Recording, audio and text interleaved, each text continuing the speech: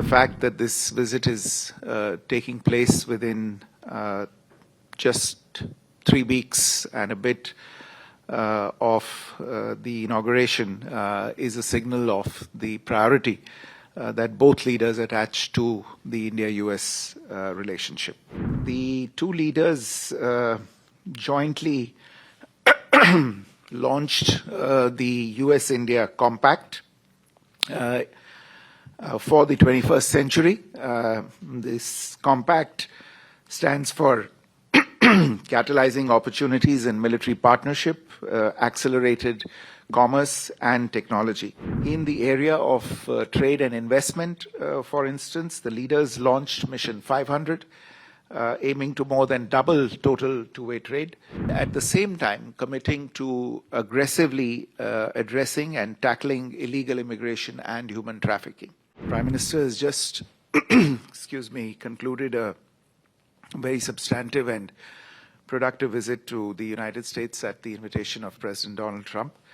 As you all know, this is Prime Minister's first visit to the United States after the inauguration of President Trump for a second term. And as I had mentioned earlier as well, the fact that this visit is taking place within just 3 weeks and a bit of the inauguration is a signal of the priority that both leaders attach to the India-US relationship. Prime Minister arrived in Washington, D.C. yesterday evening. He was hosted at Blair House, and he had a number of engagements on arrival yesterday. The newly confirmed Director of National Intelligence, Ms. Tulsi Gabbard, paid a call on the Prime Minister.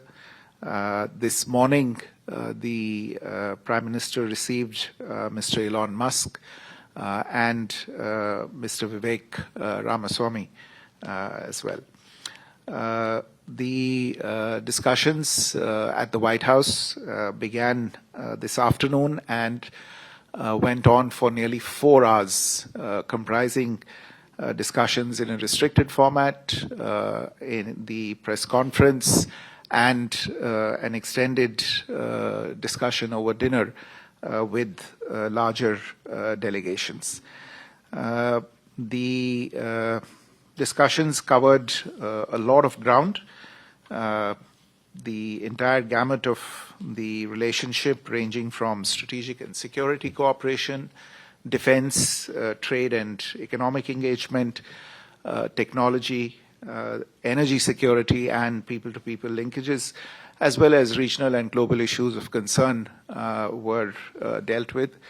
There is a joint statement that has been issued. I think it's not yet available online, so let me take you through some of the key aspects of the joint statement, but I would urge you to go through the joint statement in some detail because it's a really rich and substantive statement and lays down the blueprint for the near and medium-term future of the India-US relationship. The two leaders jointly launched the US-India Compact for the 21st century. This compact stands for catalyzing opportunities in military partnership, accelerated commerce and technology. In the area of trade and investment, for instance, the leaders launched Mission 500, aiming to more than double total two-way trade to $500 billion by 2030. The two leaders also announced plans to negotiate the first tranche of a mutually beneficial multi-sector bilateral trade agreement by the fall of 2025.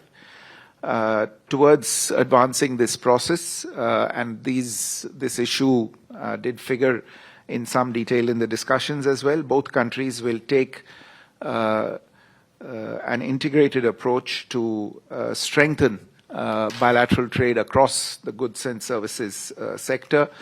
This will include themes such as increasing market access, reducing tariff and non-tariff barriers, and deepening supply chain integration between the two countries.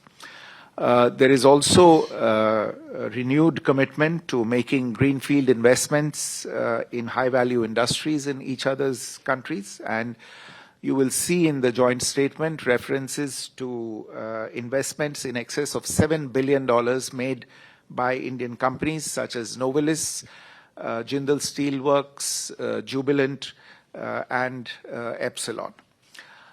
Defense, as was pointed out by both leaders, remains a very important area of cooperation in the strategic partnership between the two countries.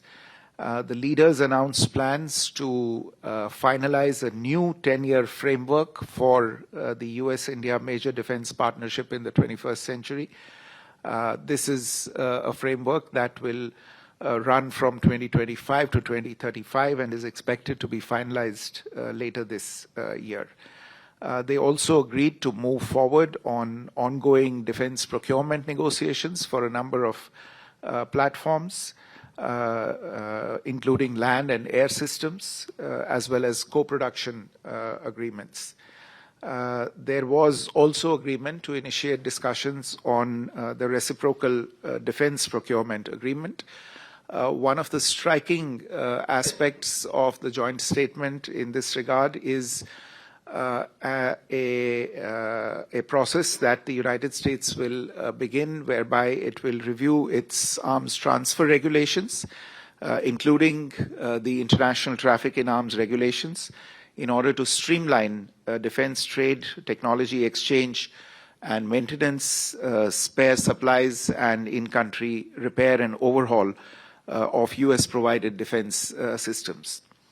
The two countries have also launched the Autonomous Systems Industry Alliance to scale industry partnerships and production of autonomous systems, which will foster next-generation defense and technological collaboration, specifically in the field of underwater domain awareness. You're also aware that for the last several years, technology has become a motive of the India-US partnership, and the two leaders in this latest round of discussions committed to taking forward cooperation in critical and emerging technologies by launching the US-India Trust Initiative. The Trust Initiative stands for Transforming the Relationship Utilizing Strategic Technology. This initiative will catalyze collaboration among governments, academia, and the private sector to drive innovation in defense, artificial intelligence, semiconductors, quantum computing, biotechnology, energy, and space. Artificial intelligence is on everybody's mind. We just had the AI Action Summit in Paris, which the Prime Minister had co-chaired. And in today's discussions, the leaders committed to bring Indian and US private industry together and conclude a US-India roadmap on accelerating AI infrastructure by the end of the year. Both the countries will work together to enable industry partnerships and investments in next-generation data centers, on access to compute and processors for artificial intelligence.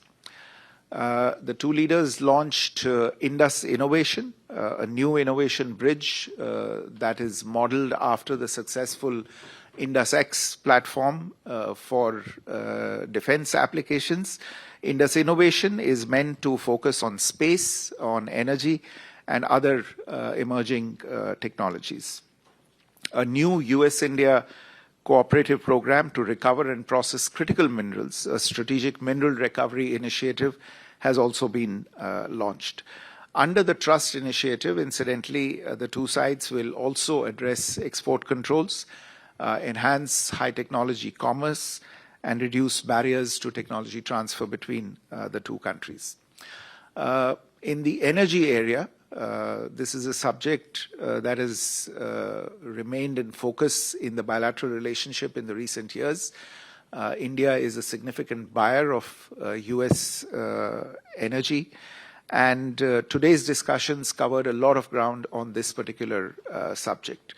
In order to ensure energy security, the two countries agreed to work together on the production of hydrocarbons and for commerce in hydrocarbons to support global energy price stability and secure affordable energy access.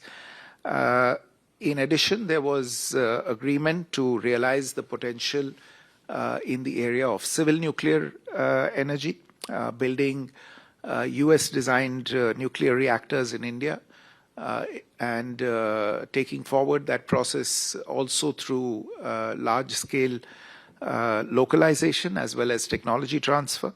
And of course, the two countries have been discussing for some time cooperation in small modular reactors, and that is again something that was flagged today. The obstacles in realizing this cooperation in previous years on account of some of the legal provisions that have remained in place in India have already begun to be addressed. You would have noticed the announcements that have been made in the budget in this regard. And we imagine that these progress on these issues will enable us to realize the promise of cooperation between India and the United States in this very important sector. A new partnership has been launched between the US National Science Foundation and the brand new Indian Anusandhan, which is the National Research Foundation, for deepening research linkages in critical and emerging technologies. There's an MOU that was signed between the NSF and the ANRF just a couple of days back to take forward this cooperation. On the people-to-people front, finally, you're aware there are nearly 300,000 Indian students studying in the United States, and the contribution of these students, especially to the US economy, was acknowledged in the joint statement. The leaders agreed to strengthen collaboration between higher education institutions of the two countries, and India invited the United States to take advantage of the reforms in the Indian education sector to set up offshore campuses of premier educational institutions of the US in India. They also committed to streamline avenues for legal mobility of students and professionals, and facilitating short-term tourist and business travel, while at the same time committing to aggressively addressing and tackling illegal immigration and human trafficking. I would also invite your attention to the parts of the joint statement where you can see a commitment from both sides to take decisive action against elements who threaten public and diplomatic safety and security, and the sovereignty and territorial integrity of both nations. There's a commitment to strengthening law enforcement cooperation in this regard, and this is especially significant from our perspective, given some events that have taken place.